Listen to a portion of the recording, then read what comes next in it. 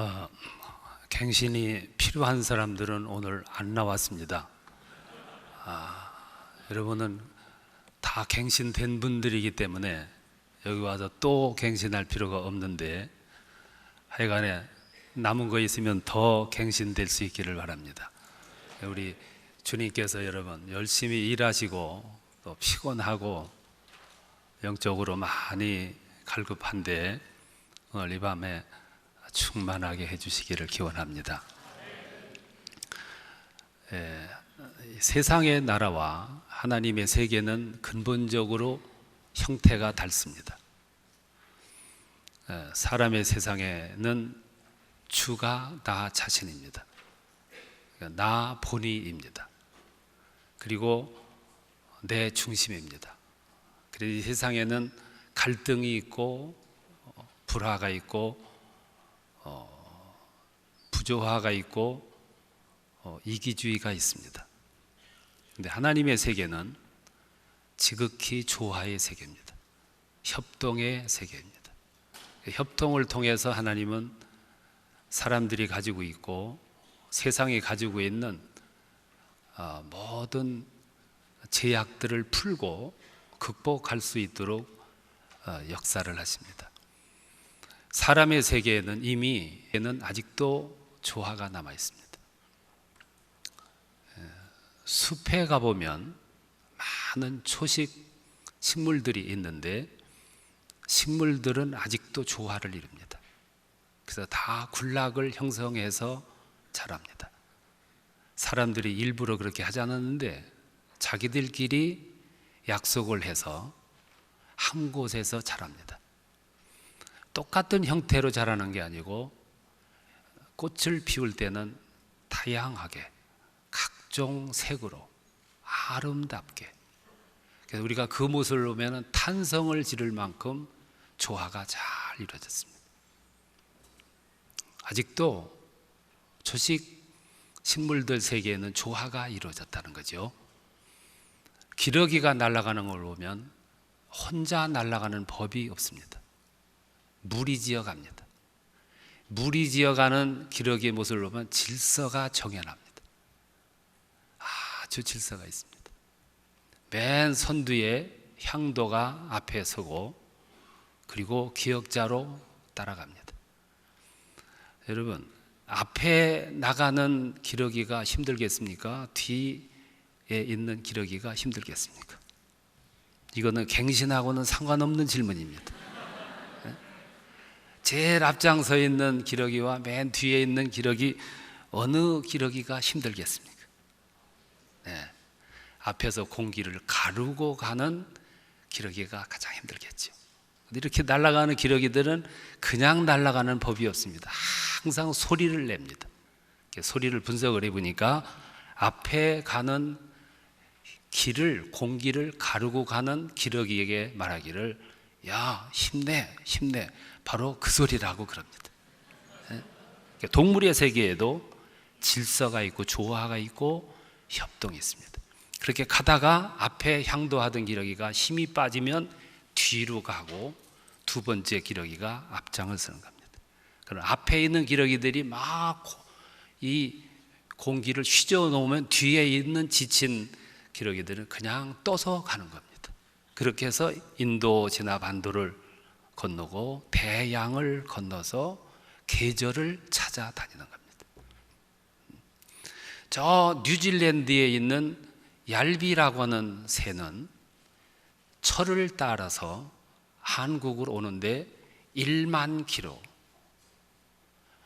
밤낮 8일 동안 날라서 한국에 온다 그럽니다. 걔들이 혼자 오면은 못 옵니다. 그러니까 같이 더불어 협동하며 협력하며, 그러니까 1만 킬로를 날아올 수가 있는 거예요. 소 한 마리가 짐을 끌면 2톤에서 2톤 반을 끈다 그럽니다. 근데 두 마리를 함께 해서 짐을 끌면 10톤에서 12톤을 끈다는 거예요. 이게 협동의 신비예요. 혼자 하면은 불가능한데 둘이 하면, 셋이 하면, 넷이 하면 더 효과를 나타낼 수 있다는 거죠.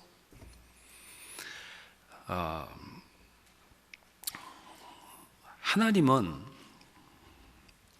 세상에서 섭리하시고 역사하실 때 하나님은 혼자 일하시지 않습니다.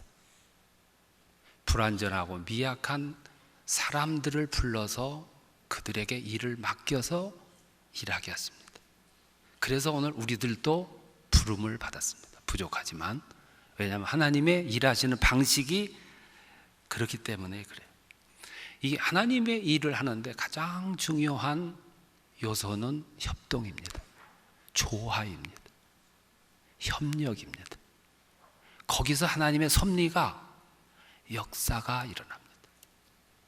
성경에 기적이 일어나는 것을 보면 그런 협동이 있었습니다. 베이컨이라고 하는 사람은 부부가 된다는 의미를 이렇게 얘기했습니다. 부부가 되면 처음에는 사랑으로 맺어지지만 중년에 가면은 친구가 되고 노년에 가면은 서로를 위한 간호사가 된다 그랬습니다. 그래서 결혼해서 신혼초가 되면 사랑 싸움을 합니다. 사랑을 안 준다고, 사랑이 부족하다고, 사랑이 변했다고, 약속을 왜 안 지키냐고, 그래서 싸웁니다. 근데 중년쯤 가면은 사랑은 없어집니다. 나이가 이제 50 넘어서 60쯤 가면은 사랑 타령하면 안 됩니다. 하나님은 참 묘하신 하나님. 60 먹었는데도 결혼했을 때처럼 가슴이 옆에 가득까지 있으면 벌렁벌렁하면 어떻게 살겠어요? 가서 밤새 기도도 해야 되고 신방도 해야 되는데 벌렁벌렁 해가지고 집에 가고 싶으면 어떡하겠어요? 그래서 중년이 넘어가면은 그때는 부부는 사랑을 말하는 게 아니고 세상에서 가장 가까운 친구가 되는 겁니다. 가장 깊은 대화를 하고 정말로 속속들이 서로를 잘 아는 친구가 되는 거죠. 노년에 가면은 이제 하나씩 아프기 시작합니다. 남편이 아팠다가 나으면 부인이 아프고, 그래서 서로를 위해서 간호사가 된다. 이걸 부부의 의미라 그랬어요. 오늘 세상을 살아가는데 하나님은 가장 가까운 이웃을, 소집단을 부부로 맞아주셨어요. 서로 조화가 이루어질 때 그 삶은 행복함이, 따뜻함이, 창조가, 즐거움이, 뜻을 이루는 엄청난 파워를 형성한 관계로 유지가 되는 거죠. 그런데 그래서 오늘 세상을 보면 성숙한 사람은 함께 살아갈 줄 압니다. 더불어 살아갈 줄 압니다. 그런데 삶이 서툰 사람들은 가는 곳마다 불화를 얘기해요. 우리 목회자들 가운데도 그런 은사를 받은 분들이 있어요. 그분은 참 묘한 독특한 은사를 받았어요. 가는 곳마다 불화를. 그런데 불화를 여러분들이 일으키려고 해서 일으켜지겠어요? 은사니까. 그분은 말이 한마디만 하면 묘하게 불화를 일으켜요. 그 아주 독특한 그런 은사를 가지고. 로버트 서튼이라고 하는 분이 또라이 제로 조직이라는 책을 썼어요. 이게 이제 미국 뉴욕 타임즈에서 계속 연재된 이야기들을 책으로 묶은 책이에요. 이 책에서 어느 조직이나 어느 모임에나 어느 단체나 가보면 또라이가 있다는 거예요. 그 또라이가 뭐냐면은 불화를 야기하는 사람, 갈등을 일으키는 사람을 또라이라 그래요. 근데 어느 조직체든지 그런 불화를 야기하고 그리고 갈등을 유발하는 사람이 없을수록 그 집단이 기능이 강화가 되고 능률이 일어나고 협동심이 강화된다는 거예요. 근데 그런 사람이 하나가 들어오면 그 기능 발휘가 안 되는 거죠. 그래서 이 세상에서 가장 사람들이 선호하는 기업을 구글이라 그러는데, 이 구글의 모토가 뭐냐면은 또라이를 뽑지 말자. 뽑았으면 개조시키자. 개조가 안 되면 과감하게 내보내자. 이게 모토라 그래요.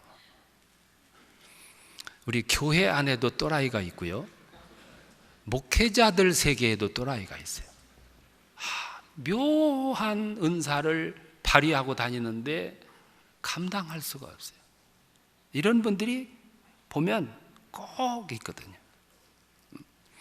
에모리 대학의 정신의학 행동과학 팀이 협력하는 것과 배신하는 것과를 비교를 해서, 협력할 때 배신할 때 우리 내부에 이 뇌의 즐거움을 유발하는 신경 조직이 얼마만큼 활성화되는가를 조사를 했더니, 협동하고 조화가 잘 이루어졌을 적에는 이 뇌에서 막 그 즐거움을 양산하는 그 뇌 조직이 활발하게 움직이는데, 배신하는 일이 있었을 적에는 완전히 다운된다는 것을 증명을 했어요.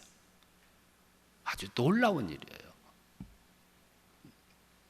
그래서 이 세상에 하나님이 우리들에게 가장 요구하시는 게 뭐냐면 바로 이런 요소들입니다. 교회 안에도요, 이 또라이들이 많아요. 당회하시잖아요. 우리 목회자들이 당회할 때 당회만 꽉 잡고 이끌고 나가면 목회는 쉬워져요. 근데 이 또라이들은 안 잡혀요. 이게 문제야, 이게. 이게 안 돼. 이 또라이들이 여기 왔으면 얼마나 좋겠습니까만은 문제는 그분들은 안 온다는 데 문제가 있어요. 이게 참 비극이에요. 교회에서도 무슨 훈련하면은 안 와도 되는 사람은 와요. 와야 되는 분들은 또 누굴 보내고 자기는 안 와요.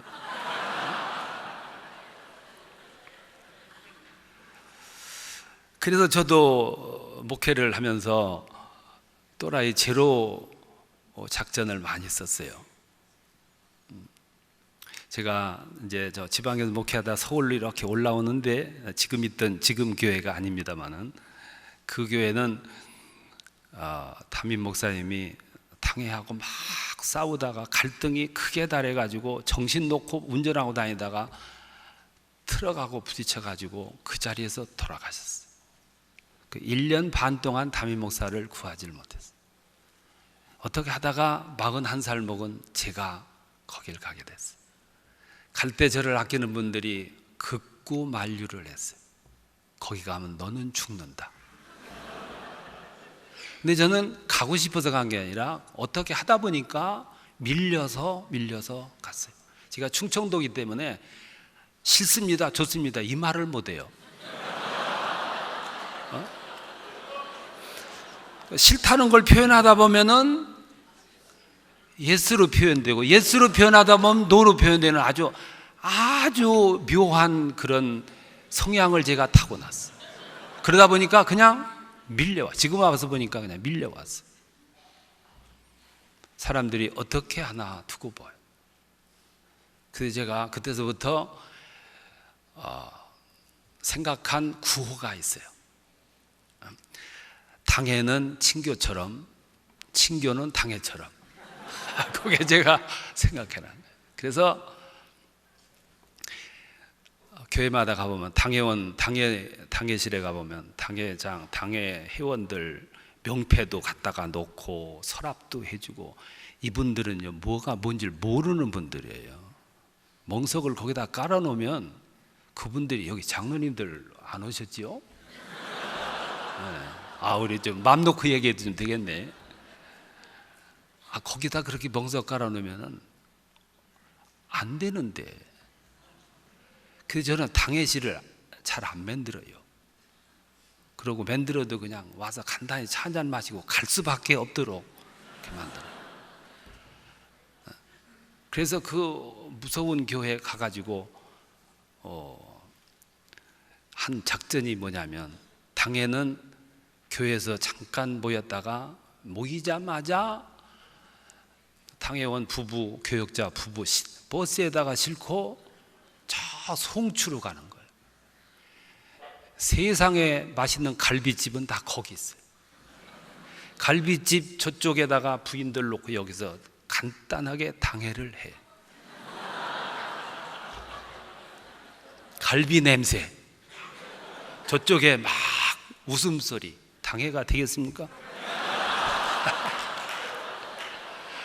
당회는 간단히 해버리고 먹는데 2시간. 그리고 그것을 매달. 그러니까 부인들이 그날을 좋아해. 부인들이. 그러니까 또라이는 싹 고쳐지는 거예요.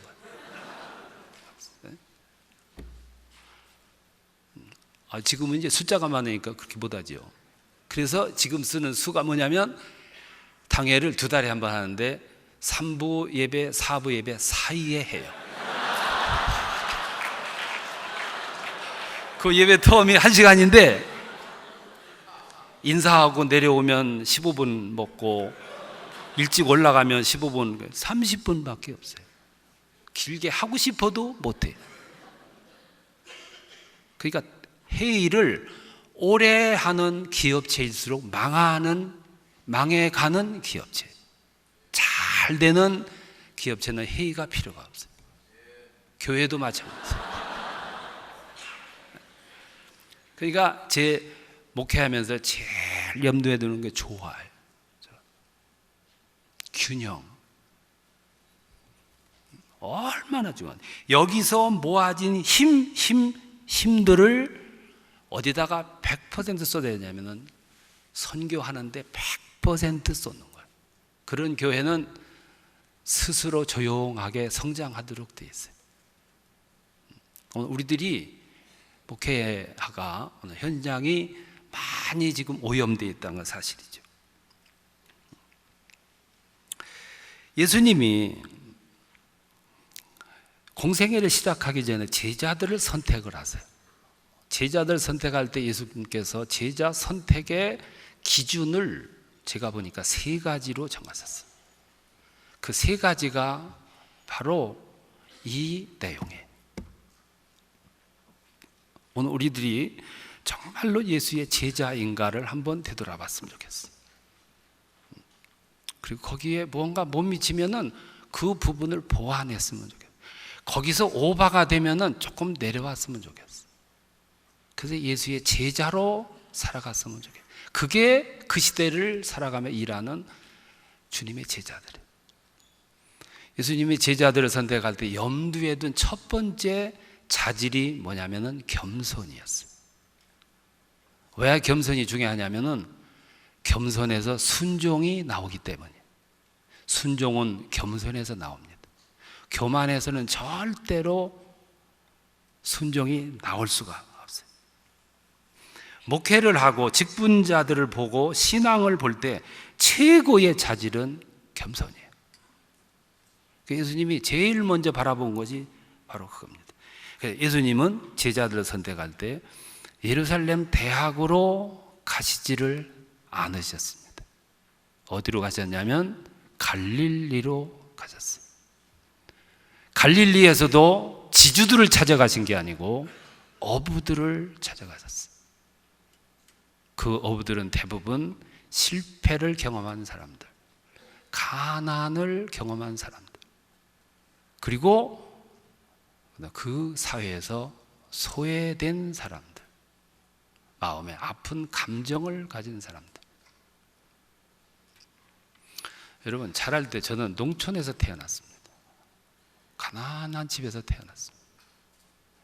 농촌에서 가난한 집에 태어나기 때문에 꿈도 제대로 크게 갖지를 못했어요. 그 꿈을 키우려고 하는 몸부림도 크지를 못했어요. 그래서 어느 날서부터 나의 한계를 느끼고 방황되기 시작했어요. 그러다가 신학을 했고 오늘에 왔어요. 오늘에 와서 보니까 내가 농촌에서 태어났다는 거, 가난한 환경에서 부족함을 느끼며 자랐다는 거, 한때나마 고민하고 방황됐던 일이 있었다는 거, 이게 오늘 나의 삶을 얼마나 풍요롭게 하는지 몰라요. 그래서 내가 생각을 많은 사람으로 만드셨고, 그리고 그런 환경이 나로 하여금 남의 입장을 많이 이해할 수 있는 소양을 갖게 하셨고, 그런 환경들이 나로 하여금 마음의 여유가 많도록. 제가 얼마만큼 여유가 많냐면은, 제가 이제 40년 목회입니다만 40년 동안 당회하거나 뭘 하면서 얼굴 붉혀본 적이 없습니다. 이 정도 되면 제 실력 아시겠죠? 그 왜 그러냐면 마음에 여유가 있어요. 마음의 여유가. 제가 충청도 본토입니다. 누가 날 이기겠어요? 저는 자신 있습니다.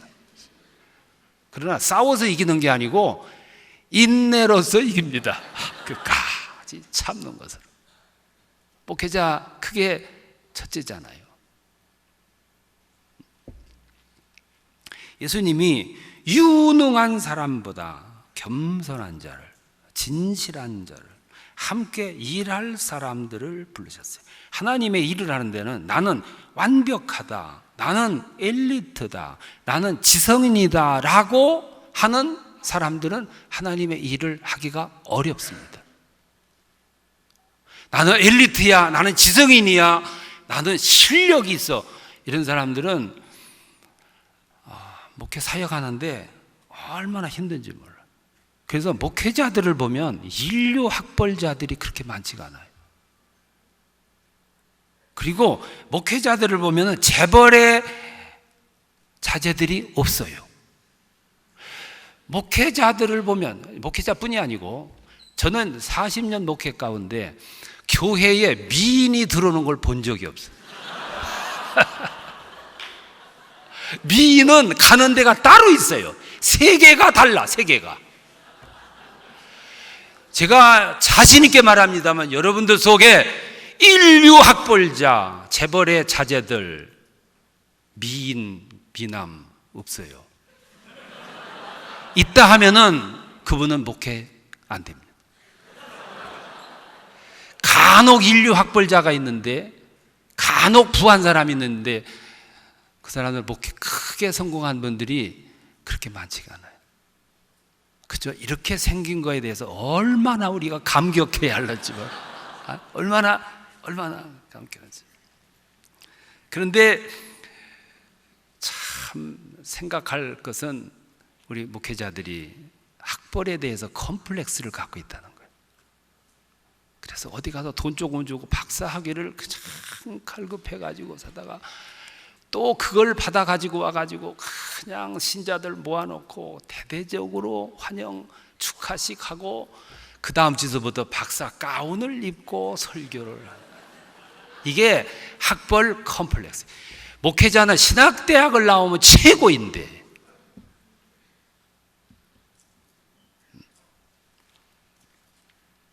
그 얘기는 더 하지 않겠습니다. 오늘 이 세상을 변화시키는 데는 똑똑한 사람이 아니고 유능한 사람이 아니에요. 이 세상을 정말로 힘있게 변화시키는 사람은 겸손한 사람.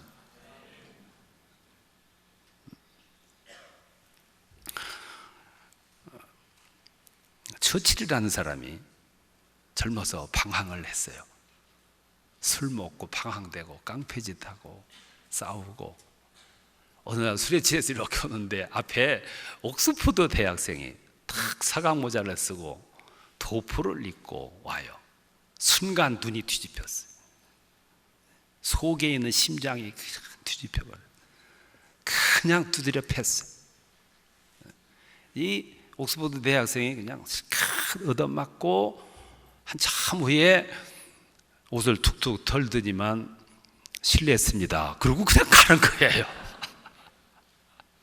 여기서 처칠이 뒤통수를 얻어맞은 것처럼 충격을 받은 거예요. 그래서 정신 차렸다는 거예요. 세상을 변화시키는 건 이기는 사람이 아니고요, 지는 사람이에요. 엘리트가 아니고요, 겸손자예요. 참 무서운 얘기예요, 이것이. 얼마나 무서운 얘기인지 몰라요. 우리 우리들의 영혼 속에도 지금 잡초가 자라고 있어요. 잡초가 자라고 있기 때문에 자꾸 하나님의 말씀을 많이 읽고 기도를 많이 하는데도 불구하고 내 속에서 자꾸 인간적인 뿌리, 쓴 뿌리들이 자꾸 나오는 거예요. 왜냐하면 내 속에 잡초가 있기 때문에. 영혼에도 잡초가 있고 마음에도 잡초가 있기 때문에. 그래서 자꾸 목회자들이 교만해져. 그래서 원로 목사님이 이렇게 물러나시고 새로 가서 부임을 한 목사들이 대부분 이 쓴뿌리 때문에 고민을 많이 해요. 그래서 남이 일궈놓은 큰 교회 가가지고 그때서부터 폼 잡고 다니고, 그때서부터 원로 목사의 잔영 그림자를 지우려고 혈안을 해요. 혈안을. 어떤 목사는 1년 만에 싹 지웠어. 강단도 다 지웠어. 그리고 1년 만에 쫓겨났어. 이게 교만이에요. 말할 수 없는 교만이라. 이게 오늘 우리들 목회자들이 가지고 있는 쓴뿌리 때문에 그래. 내 속에 잡초가 있기 때문에. 30년, 40년 때 묻은 교회에 있던 분을 한순간에 어떻게 씻어내요? 씻어지는 거예요, 그게. 교만 때문에. 속에 쓴뿌리 때문에. 자기를 컨트롤이 안 되는 거예요. 자기를 나타내고 싶은데 그 잔영이 너무 커요. 얼마나 무서운 일인지 몰라요. 예수님 갈릴리 가가지고 제자들을 유심히 보셨어요. 유심히 보셨어요. 고기 한 마리를 잡기 위해서 그냥 분주하게 계속해서 열심히, 그리고 그들을 향해서 나를 따르라. 그 시대에도 수제들이 많았을 텐데. 그래서 예수님의 제자 가운데 하나의 소양은 겸손이에요. 왜 겸손이 중요하냐면 겸손에서 순종의 힘이 나오기 때문에. 우리 사역자들은 주님의 뜻에 이유 불문하고 순종하는 자질이 있어요. 그게 어디서 나오냐면 겸손에서 나와. 그러니까 첫 번째가 겸손, 두 번째가 열정입니다. 겸손도 중요하고 열정도 중요해요. 베드로가 예수님이 가만히 멀찍이에서 보셨겠죠. 저기에서 보니까 밤새 그물을 던져요. 밤새 던져요. 새벽까지 던져요.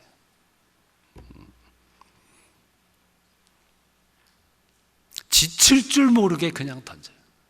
이제는 그만둘만도 한데 지칠 줄 모르게 그냥 던져요.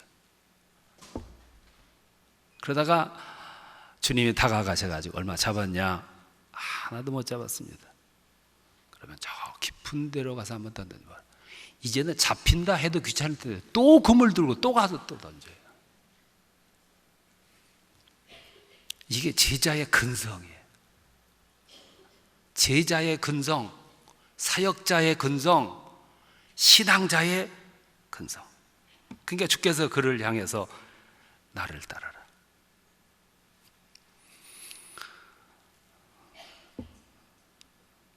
배에서 고기를 잡고 항해를 하다가 누군가가 주님이시다 라는 말에 앞뒤 가리지 않고 물로 뛰어내리는 베드로. 이게 사역자들에게 주어진 열정이에요. 이 속에서 그냥 뜨거운 말씀이, 뜨거운 영감이, 뜨거운 성령의 역사가 내 속에서 나를 그냥 놔두질 않아요. 성령의 역사가, 성령의 역사를 영어로 Holy Spirit Demonstration이라고 그랬어요. 성령의 역사라는 말을 영문 성경에 보면은 Holy Spirit Demonstration이라 그렇게 번역을 해요. 성령 데모예요. 그게 성령의 능력. 하나님의 성령이 내 안에서 막 역사를 하는데 내가 가만히 있을 수가 없는 거예요.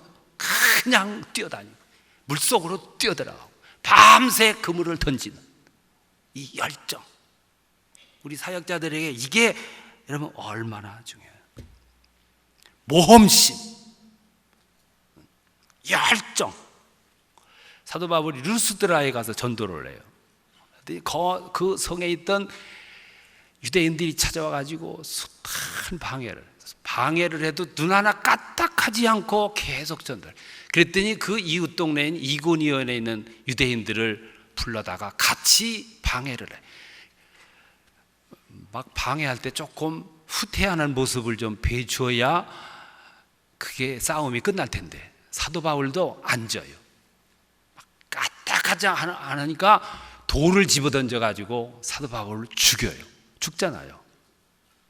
그러니까 사람들이 그 시체를 끌고 동구 밖으로 갔다가 버리고 돌무더기를 쌓아. 그때 실신했던 사도 바울이 정신을 차리고 나서 돌무더기를 헤치고 그러고 나와요. 그러니 그 몸이 얼마나 상했겠어요. 그 몸을 가지고 읍내로 들어가요. 하룻밤을 지나고 그 다음 날 더베로 떠났더라. 거기서 더베는 50리 걸어서. 그게 사도 바울이 열정.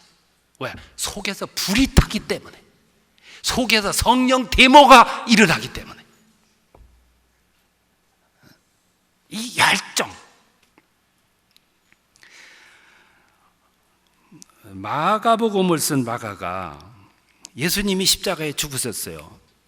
날은 저물어 가요. 제자들은 하나도 없어졌어요. 로마 군병들도 지키는 사람만 남고 흩어져 버렸어요. 날씨는 흉흉했어요. 날이 저물기 전에 시체를 걷어서 장례를 치러야 될 텐데 속수무책이에요. 누가 아무도 없어요. 그때 어린 마가가 눈여겨봅니다. 그때 누가 탁 나타나냐면 아리마대 요셉이 탁 나타나요. 그는 산헤드린 의회 의원이었어요. 오늘날 하면 국회의원, 정치인이었습니다. 이제까지 자기가 예수의 제자라는 것을 숨기고 있던 아리마대 요셉. 때가 되고 순간이 되고 자기 역할이 필요한 순간이 되니까 자기를 만인 앞에 탁 공개를 하고 나타나. 그리고 마가가 보니까 그는 빌라도를 찾아갑니다. 가서 예수의 시체를 담판해서 빌라도로부터 인수를 받아가지고 자기 무덤에 갔다가 장례를 해요. 마가가 그때 환경을 기록하기를 아리마대 요셉이 당돌하게 빌라도를 찾아가 담판하여 예수의 시신을 인수하여 장례 치르니라. 이게 제자요. 어느 때인가 내가 필요할 때, 지금까지는 예수님의 제자들이 폼 잡고 다녔지만 예수님의 제자들이 폼 잡고 다닐 때는 조용히 있다가 숨어 있다가 정말로 내가 필요한 순간이 되니까 모든 위험, 정치적인 위험 부담, 순간적으로 자기 자신이 정치적 마지막 종말일지도 모르는데 모든 위험을 감수하고 탁 나서가지고 예수의 시체를 걷어다가 장사질. 이게 제자예요. 열정. 그때 또 나타난 사람이 니고데모. 그도 산헤드린 의회 의원이었어요. 예수님 찾아왔다가 봉변당하고 간 사람.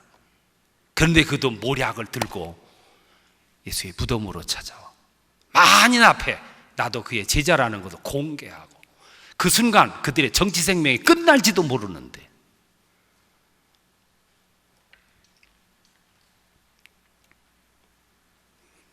마리아, 예수님이 마지막 가시는 길임을 알고 자기가 간직하고 있던 옥합을 가지고 갔어. 옥합이 이것처럼 병꼭지가 적잖아요. 이렇게 들어도 안 쏟아지잖아요. 그러니까 꼭대기를 쳐서 깨가지고 예수님 머리에 갖다 송두리째 갖다 붓는. 여기서 옥합을 깨뜨렸다는 얘기는 나 자신을 깨 부쉈다는 얘기예요. 주님을 위해서 완전히 바쳤다는 얘기고, 송두리째 헌신한 얘기고, 뜨거운 신앙의 고백을 했다 그 말이죠. 이게 제자예요. 오늘 이 시대는 보면 열정이 식어진 시대. 부흥사들도 가서 부흥회하는 거 보면은 너무 그냥 뭐 앵무새처럼, 왜? 훈련됐으니까 하도 많이 했기 때문에 원고도 필요 없어요. 근데 끝에 가서 보면 땀 한 방울 하나 나지 않고 입만 가지고, 열정이 없는 시대, 열정이 식어져 버렸어요. 목회자들도 보면 적당히.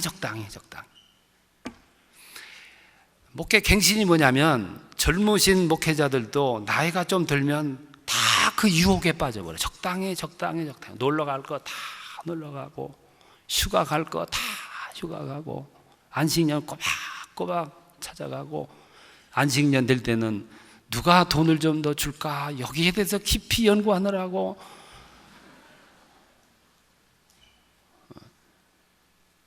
그러니까 은퇴쯤 되면은 난리가 나는 거예요. 은퇴 때쯤 되면은 난리가 나는 거예요.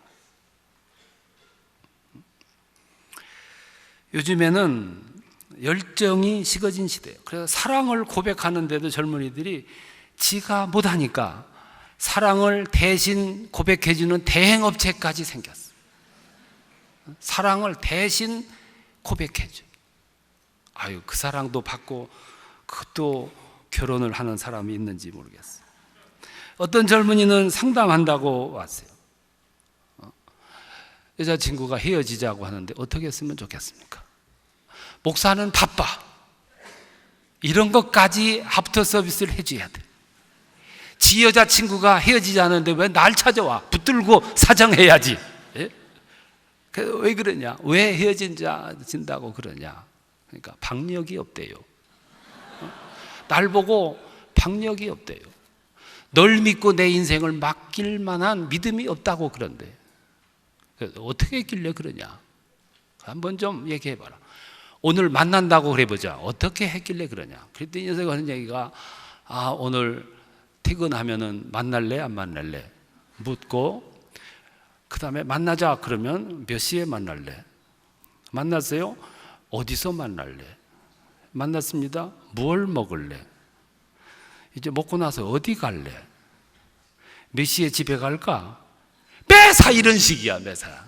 그러니 그래도 처음에 몇 번은 그러지만 나중에까지 계속 그러면 뭘 믿어요? 우리끼리 얘기지만 남자는 가끔 가다가 확 잡는 이게 있어야 되거든. 안 그래요? 교회에서도 마찬가지잖아. 다 주었다가 열에서 두 번은 확 잡아야 되거든. 저 목사님들이 당에 말이야 시시콜콜, 어떤 목사님은 글쎄 성가대 의자를 하나 더 놓는데 이걸 당에다가 붙인 거야. 병신도 얼마나 병신인지 몰라. 근데 그걸 결정하는데 3년 걸렸대. 3년. 할 일도 애지간히 없지 말이지. 그렇게 되면 이렇게 버릇되거든요. 그 다음부터는 시시콜콜 다 내놔야 돼. 성가대 의자까지 거 갖다가 놓지. 그걸 놓을까요 말까요? 그러니까 가정에서도 부부 사이에도 연애도, 그래서 하나님은 여성들보다 남성들이 가슴을 넓게 하신 거예요. 넓어야 가서 탁 기대고 싶은 믿음이 있는 거예요. 여자는 남자 믿고 살잖아요. 남자의 믿음을 보고 살고 일생을 의지할 수 있는 사람이다. 이 믿음이 생길 때 살거든. 그래서 제가 그랬어요. 야, 이 병신아, 너 남자 망신 다 시키냐? 8번은 그랬으면 2번은 네가 확 잡아야지 마. 자식아, 전화 들어. 전화 들게 했어. 그리고 얘기해. 오늘 6시 5분에 시정 앞에 있는 여왕봉 단방으로 나와. 그리고 전화 뚝 끊어.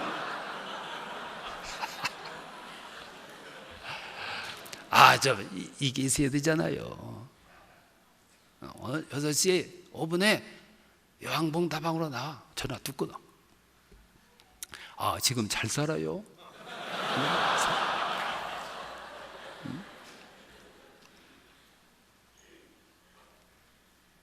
열정이라고 하는 게 때로는 결단력으로, 때로는 무서운 집념으로, 때로는 무서운 파괴력으로 나오잖아요. 참 중요해요.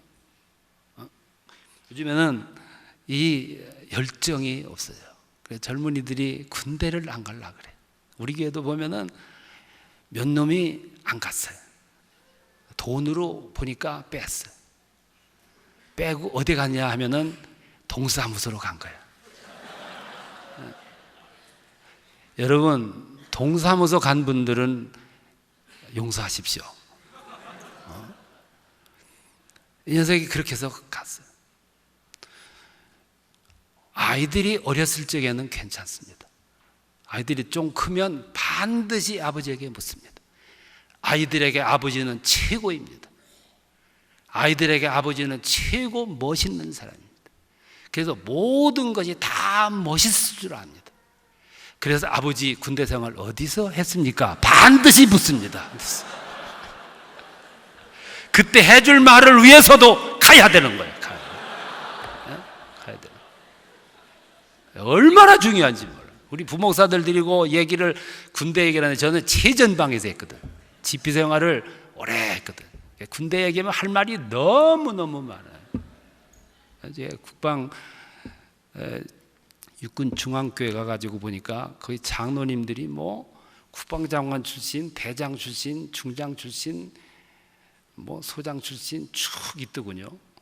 당에 앉았는데도 계급별로 앉아 또.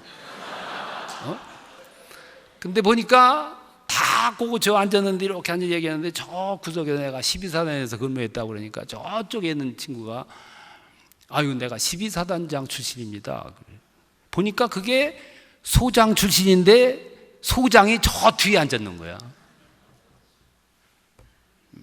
이게요 죽을 때까지 따라다녀. 이게 얼마나 중요한지 몰라.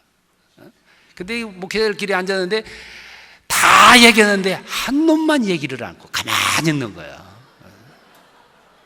그래서 물어보니까 아니나 달라요? 그게 거기 출신이야. 할 말이 없는 거야. 할 말이야. 이거는 평생 짐이야. 짐.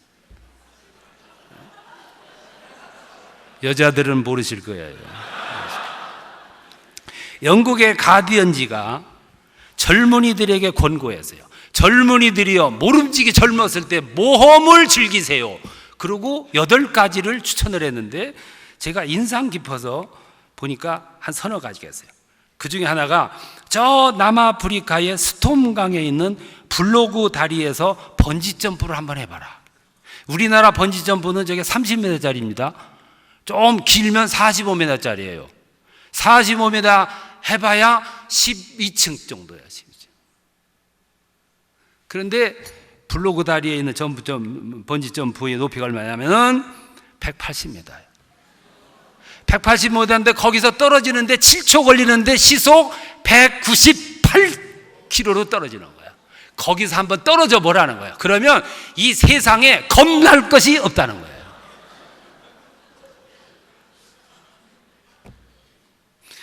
여러분 부담 갖지 마세요. 여러분 기회 놓쳤어요. 여러분들. 젊었을 때. 괜히 세상 이쪽으로 까불지 말고 거기 올라가서 한번 떨어져 보라는 거예요. 그리고 두 번째는 북경에서 기차를 타고 시베리아 횡단철도 비행기를 그 기차를 타고 저 옛날 레닌그라드인 오늘 상트페테르부르크라고는 거기까지 가는데 장장 얼마 걸리냐면은 6박 7일 24시간 달려서 6박 7일 부산의 20배 약 1만 킬로. 거기 가는 동안 시간대가 7번 바뀌어. 7번. 시차가 11시간 차예요. 괜히 시건방 떨지 말고 이 세상에 얼마나 넓으며 얼마나 개척지가 많으며 얼마나 광활한가를 깨닫고 겸손해져라 그 말이에요. 그리고 또 하나는 저 페루의 남부에 있는 사천꽃이 저 산꼭대기에 있는 잉카 문명의 유적지 마추픽추의 그 문명의 발상지를 한번 젊어서 가보라는 거예요. 저 사천꽃이면 얼마입니까? 그 꼭대기에 옛날 잉카 후손들이 거기에서 문명을 꽃피웠어요. 그 가보니까 세계의 젊은이들이, 대학생들이 그냥 뭐 줄을 이어가지고, 우리는 그 차를 타고 이렇게 올라가는데 걔들은 저기서부터 걸어가지고 그거를 보면 수천 년 전의 역사와 오늘과 숨을 쉬고 대화를 하는 엄청난 현장을 한번 가보라. 가서 이런 과정을 보면 까불 수가 없고 경거망동할 수가 없고 경솔할 수가 없고, 하나님이 이 세상을 지배하시는 정말로 큰 엄청난 세계관을 알게 될 거다 그 말이지. 오늘 신학생들, 목회자들 야성을 잃어버렸어요. 개척을 하지를 않으려 그래. 우리 교회는 부목사들이 10년을 넘었는데도 안 나가려 그래. 편하고 좋거든. 안 나가려. 왜? 이미 기능을 잃었어요. 야성을 잃어버렸어요. 신학생들은 신학교에도 진풍경이 일어나고 있답니다. 지금 신학생들 가운데서도 목사 아들파, 비아들파가 나눠졌대. 근데 이 여학생들이 어디에 가면 이쪽 목사 아들파에 가서 다 붙는데, 왜? 물려줄까 해서, 그러니까 편안하게 목회할까 해서 전부 야성을 잃어버렸어. 어느 목사님은 한탄을 해요. 서울에 출장 와 있는데 지방에서 목회하는데 초상이 났다고 연락 왔어. 그래서 부목사님한테 빨리 거기 가보라고 연락을 하니까, 아유 목사님 오늘 월요일 휴일인데요. 미치겠더래.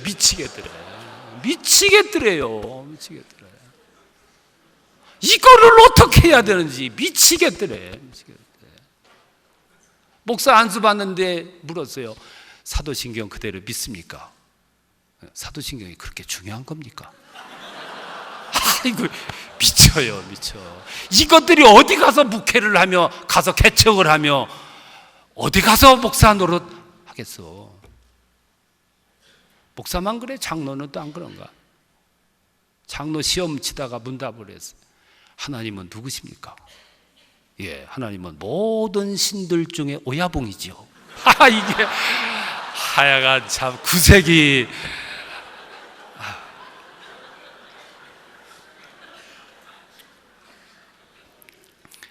마가복음에 보면 다른 복음서에 없는 사파 하나가 있어요.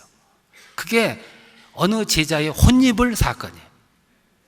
혼입을 벗어 던지고 도망한 사람, 그게 누구냐면 마가거든. 모르셨죠? 그게 마가예요. 예수님이 마지막 만찬날 마가의 다락방에서 만찬을 하세요. 거기에 그 집 아들이었던 마가도 거기 참석했다는 거예요. 그날 저녁에 만찬을 하고 예수님 일행은 겟세마네 산으로 올라가셨어요. 그때 마가는 어리니까 잠을 자려고 옷을 다 벗고 세마포 혼이불을 두르고 잠을 자는 거예요. 그때는 부잣집 아들들은 그 세마포로 이걸 두르고 잤대요.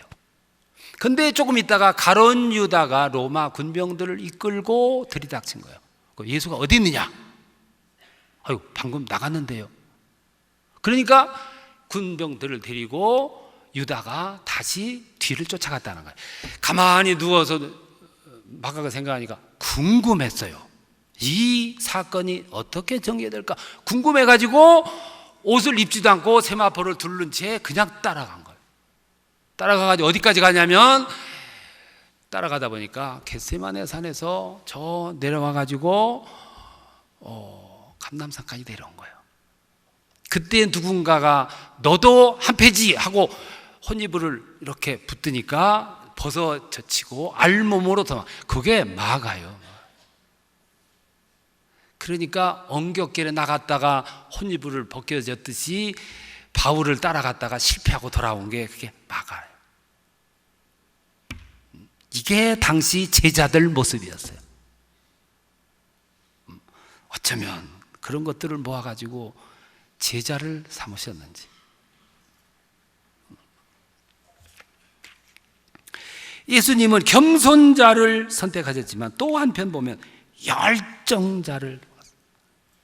왜 열정이냐면은, 왜 사도의 생활에 열정이 필요하냐면 주님을 사랑하는데 자본이 필요하기 때문에, 주님을 사랑하기 위해서 헌신하고 밤새 기도하고 금식하며 사역의 질을 높이기 위해서 고민하는데 이 열정이 필요하기 때문에, 또 성도들을 사랑하기 위해서, 성도는 아무나 사랑합니까? 열정이 필요하거든. 어떤 목사님은 성도가 아파가지고 입원했다는 병원을 가보니까 의식을 잃고 그러고 누워있어요. 너무너무 안타까워. 그래서 가가지고 5분 기도하니까 미안한 마음이 들었어요. 10분 기도하니까 또 미안한 마음이 들었어요. 그래서 그때부터 기도했는데 얼마를 기도했냐면 12시간을 기도한 거예요. 땀을 쫙 빼가요. 기진맥진할 때까지 12시간을 기도한 거예요. 참 기도해서 지쳐가지고 있는데 누가 툭툭 두드리더래. 보니까 의식이 없던 사람이 그 사이에 깨가지고 목사님을 깨는 거야. 여기서는 아멘이 나와야 되는데, 그게 열정. 하나님께서 그 기도 가운데 정신을 돌아오게 하신 거야. 이게 열정이에요. 사역의 열정. 그 열정이 필요한 거예요. 그물을 밤새 던지려면 이 열정이 필요해요. 그 열정 가지고 주님을 사랑하고 성도들을 사랑하고 나라, 우리 민족을 사랑하고. 그 시대의 목회자들처럼 애국자가 어디 있어요? 나라와 민족을 사랑하고 열정적으로 나라를 위해서 기도하고. 작년에 저 워싱턴에 갔다가, 제가 워싱턴만 가면 찾아가는 곳이 있습니다. 그게 웰링턴 국립묘지. 거기를 가자. 정문에서 이렇게 들어가면은 쭉 들어가다 오른쪽으로 들어가면은 한국 전쟁에 와가지고 전사한 군인들의 묘역이 따로 있어요. 거기 보면 한국전에서 전사, 한국전에서 전사, 한국전에서 전사 3,193명이 우리 문화와 우리 나라와 우리 국민과 피 한 방울 섞이지 않고 아무 상관이 없는 미국의 젊은이들이 3,193명이 우리나라에서 젊음을 다 바쳐가지고 목숨을 벌고, 그 앞에 서 있는 내 마음이 얼마나 죄송하고, 당신들은 우리와 무슨 상관이 있습니까? 당신들은 우리 민족과 무슨 상관이 있길래 와서 이렇게 죽으셨습니까? 오늘 조금 한 사람들은 미국 얘기만 나오면 막 쌍소리를 하는데, 누가 누구한테 욕을 합니까? 누가 누구한테? 3,193명이 누가 누구한테 욕을 합니까? 물론 미국이 잘못한 점도 많이지만 왜 잘못한 점만 가지고 그럽니까? 우리나라가 어디 가가지고 그렇게 순수하게 돈 안 받고 나라 사랑. 한국이 일본으로부터 나라를 뺏기고 다 뺏긴 그때에 드러내놓고 독립운동을 하면 안 되니까 글을 통해서. 그러니까 남궁옥이라고 하는 건 그때 삼천리반도 금수강산, 하나님이 주신 동산. 일하러 가세, 일하러 가. 삼천리 강산 위에. 거기 일하러 가자는 얘기는 농사 지으러 가자는 얘기가 아니고 독립운동 하러 갑시다. 독립운동 하러 갑시다. 그 얘기예요. 윤동주는 시를 쓰면서 시를 통해서 조국의 민족의 해를 심어줬어요.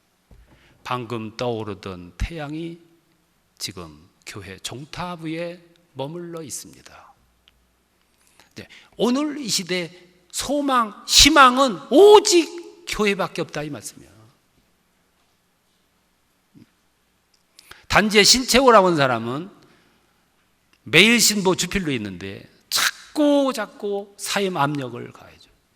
견디다 못해 사표를 던지고 저 북한에 있는 정주 땅으로 오산학교를 가요. 가서 아침이 되는데 세수를 합니다. 세수를 하는데 이 좀 이렇게 좀 높은 곳에다 대야를 놓고 뻣뻣이 서서 세수를 해요. 그 모습을 보고 이광서가 물었습니다. 무슨 세수를 그렇게 하냐? 그러니까 그분이 대답했다는 말, 대한민국 우리 민족이 독립하는 날까지 내가 허리를 굽히지 않고 세수를 하리라. 뭐 이게 있어야 되잖아. 이게 열정이거든, 열정.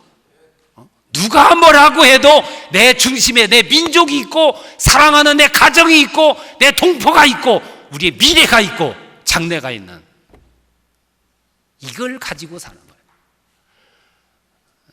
이걸 뿜어내야 돼. 이게 열정이에요, 열정. 이거 없으면 못하는 거죠.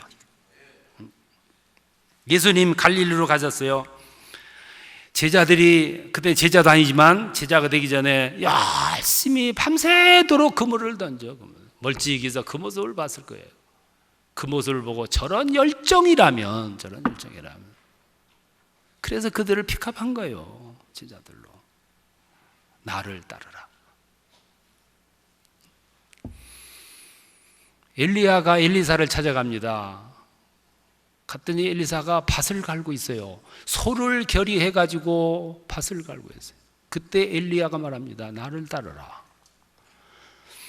그 말을 듣고 엘리사가 조금만 좀 기다려주세요. 그리고 밭 갈다 말고 쟁기를 가지고 소를 끌고 집으로 와요. 와가지고 소를 잡고 쟁기를 부숴서 땔감을 해가지고 음식을 만들어. 그리고 동네 사람 다 불러서 잔치를 베풀어요. 잔치를. 그거는 선언입니다. 이제부터 내가 엘리야의 뒤를 따라서 선지자의 길을 걸어가지만 그 길이 아무리 힘들고 어려워도 다시 돌아오는 일은 없을 거라고. 선언이에요, 선언. 그리고 장비 다 없애버린 거예요. 로마에 있던 일단의 무리들이 로마에서 일어난 수많은 인간적인 모습에 진절머리를 내고 탁한 공기를, 탁한 물을 떠나서 배를 타고 칼타오에 가서 도착하자마자 그들은 타고 온 배에 불을 질러버려요. 우리가 여기서 새 세계를 만들기 위해서 여기까지 왔는데 아무리 애롭고 고대도 옛세상으로 돌아가지 않겠다고. 이런 결단과 열정이 새 세계를 창조하는 거예요. 우리들에게 그걸 요구하세요. 그래서 겸손도 요구하지만 열정도 요구하는 거예요. 열정이 식어버린 사역자는 이미 그 사역은 쇠해지는 거예요. 성령이 내 속에서 막 데모를 일으켜가지고 나로 하여금 움직이게 하여야 그게 제자인데, 야성을 잃어버린 시대예요. 그리고 마지막 하나는 가능성입니다. 하나님이 사람을 기준하는, 선택하는 기준 하나가 우리와 달라요. 우리들은 회사에서 사원을 뽑을 때 제일 먼저 뽑는 게 학벌이고요, 조건이고 지능이고 외모예요. 그러니까 속는 거예요. 그러니까 사람들이 속아. 다 얼굴 그래서 고쳐. 얼굴 고치는 거 남을 할 수 없는 건 뭐 우리 대통령까지도 얼굴을 고치는 판이니까. 그래서 요즘에는 배우자를 고를 때 얼굴은 안 봐요. 연봉이 얼마냐 그걸 보는 거지. 얼굴이야 이제 후천적으로 대책을 세우면 얼마든지 가능하니까. 연봉이 얼마냐는 걸 보는 거예요. 그래서 사람들은 다 외모를 봐요. 내면 세계는 전혀 안 보는 거예요. 그래서 속는 거예요. 결혼 생활 20년 한 주부들에게 물었어요. 오늘 20년 동안 살아보니까 배우자에 대해서 결혼할 때와 지금과 다른 점이 뭐냐 물으니까 한결같이 대답하기를 20년 살고 보니까 조건은 필요 없고 성품이 첫째더라. 철들고 보니까 외적인 건 별거 아니라는 걸 알았어요. 더 중요한 거는 조건, 외모가 아니고 성품이에요. 평생 살아가는데 중요한 거예요. 여러분, 하나님은 공평하신 하나님입니다. 한 사람에게 성품 좋고 잘생기고 날씬하고 조건 좋고 환경 좋고 아름답고 섹시하고 그리고 상냥하고 서비스 좋고 이런 사람 없어요. 이거 좋은 사람 저게 안 좋고 앞에 앉은 사람 하나님은 뒤를 살려주셨어요. 전체가 공평. 그래서 케네디 어머니 로즈라고 하는 여사가 고백하기를 큰아들 대통령이 총에 맞아 죽고 둘째 아들 로버트가 피살됐던 날 어머니가 고백하기를 나는 오늘에야 깨달았습니다. 하나님은 어떤 한 사람에게 큰아들 대통령하고 둘째 아들 법무장관하고 셋째 아들 상원의원하고 이 세상에는 모든 권세, 부귀, 영화 전체를 한 사람 앞에 다 주지 않으신다는 걸 나는 오늘에야 깨달았습니다. 뭘 그렇게 다 죽은 다음에 깨달을 게 뭐 있어? 우리는 벌써 알았는데 그걸 벌써 알았잖아요. 하나님은 다 주시는 법이 없다는 거예요. 이 제자 될 사람들을 주님은 열심히 하는데 그냥 최선을 다하는 거예요. 열정을 다하는 거예요. 그때 주님은 그들에게서 가능성을 보신 거예요. 저들이라면. 여러분, 최선 다하는 모습은 아름답습니다. 아름다워. 사람을 감동시키게 되어요. 그래서 최선을 다하는 사람은 길을 창조하게 되었어요. 새 길을 내도록 되었어요.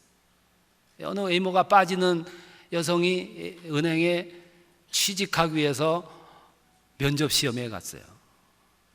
은행이 얼마나 여성들의 외모를 봅니까? 외모가 빠진 분이기 때문에 털 주눅이 들어있어요. 면접을 하는데 눈초리가 달라요. 또 낙방이 오거나 시큰둥하게 묻는 말에 몇 마디 대답하고 이렇게 나오는데 글쎄 저 나가는 분 있는데 책상 위에서 종이 하나가 이렇게 떨어진 거예요. 그래서 이 낙방을 알아차린 이 여성이 가다가 그 종이 쪽지를 주워서 쓰레기통에 넣고 나왔어요. 그때 나가는 그를 불러요. 우리 회사는 당신 같은 사람이 필요하다고. 우리 삶은 엄숙한 겁니다. 우리 사역은, 우리의 생은, 우리가 부름받은 것은 엄숙한 거예요. 최선 다할 때 그때 하나님은 그들을 통해서 세상을 변화시켜요. 이게 하나님이 하시는 방법. 베드로는 무지했습니다. 실수 많이 했습니다. 덤벙댔습니다. 제자들 복음서를 보면 왜 하나같이 저런 사람들을 제자로 뽑았을까 할 만큼 그냥 실패의 연속이에요. 근데 주님은 그런 미완성된 제자들에게 미래를 탁 맡기고 3년 만에 떠나세요. 미완성된 그들에게 탁 맡겨놓고 떠났어요. 그런데 그 대의를 위임받은 제자들 하나같이 다 순교했어요. 다 순교해 주고. 마태는 애굽에서 칼 맞아 죽었고 마가는 알렉산드리아 근처에서 개 끌려다니다가 죽음을 당했고 누가는 시라비 한 섬에서 감람나무의 교수형으로 죽음을 받았고 베드로는 십자가형을 받았고 야고보는 예루살렘에서 참수형을 받았고 바들로메는 터키 땅 변방에서 가죽이 벗겨져 죽는 죽음을 죽었고 안드레는 십자가형을 받아 죽었고 도마는 인도에 가서 칼에 맞아 죽었고 마띠아는 데살로니가에 가서 돌을 맞아 죽었고 스데반은 돌을 맞아 죽었고, 유독 예수님의 제자 가운데 또라이가 하나 있었어요. 이 또라이만 또라이 짓을 하다가 또라이처럼 죽었어요. 그리고 나머지 제자들은 하나같이 자기 몫을 100% 발휘를 했어요. 제자의 조건은 화려함이 아니고 엘리트가 아니고 조건이 아니고 수제가 아니에요. 그랬더라 우리들은 다 탈락했을 거예요. 제자의 자격은 재벌의 아들이 아니고 미인이 아니고 수제가 아니에요. 겸손자고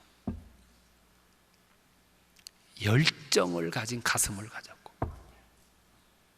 그리고 미래 성령께서 은혜를 주시면 펄펄 나를 수 있는 자질을 갖추고 준비된 사람들을 하나님이 부르십니다. 여러분은 그렇게 부름받은 주의 종들인 것을 스스로 만족하게 여기시고 고백하시고 충성 다하시기 바랍니다. 그때 하나님은 여러분들을 통해서 이 시대에 크게 역사할 줄로 믿습니다. 주님 감사합니다. 주의 종들이 이 밤에 깊도록 함께 고민하고 결단하며 새롭게 마음을 정돈할 수 있도록 축복하시니 감사합니다. 세상 많은 사람 가운데 저들을 부르셨습니다. 그 사람들보다 능력이 더 있는 것도 아니고 자질이 더 우수한 것도 아니었습니다. 이건 오직 주님이 부르심 그대로였습니다. 충성 다하는 주의 종들을 주께서 믿음직하게 보시고 저들이 가는 길을 사역장을 아버지 하나님께서 충만하게 하셔서 오늘 시대 주님의 뜻을 100% 감당하는 주의 종들이 되게 하여 주옵소서. 오늘 현재 힘들고 어려워도 그것조차도 기쁨으로 수용하고 미래에 주어질 하나님의 영광을 생각하게 하여 주옵소서. 이번에 이 모임에서 저들 깊이 고민하고 돌아가서 내려갈 적에는 확신에 찬 발걸음으로 우리들 가슴 속에 뜨겁게 성령 데모가 일어나는 축복의 가슴을 안고 돌아가서 사역에 임하게 하옵소서. 행복한 모임이 되게 하옵소서. 예수님의 이름으로 기도하옵나이다. 아멘.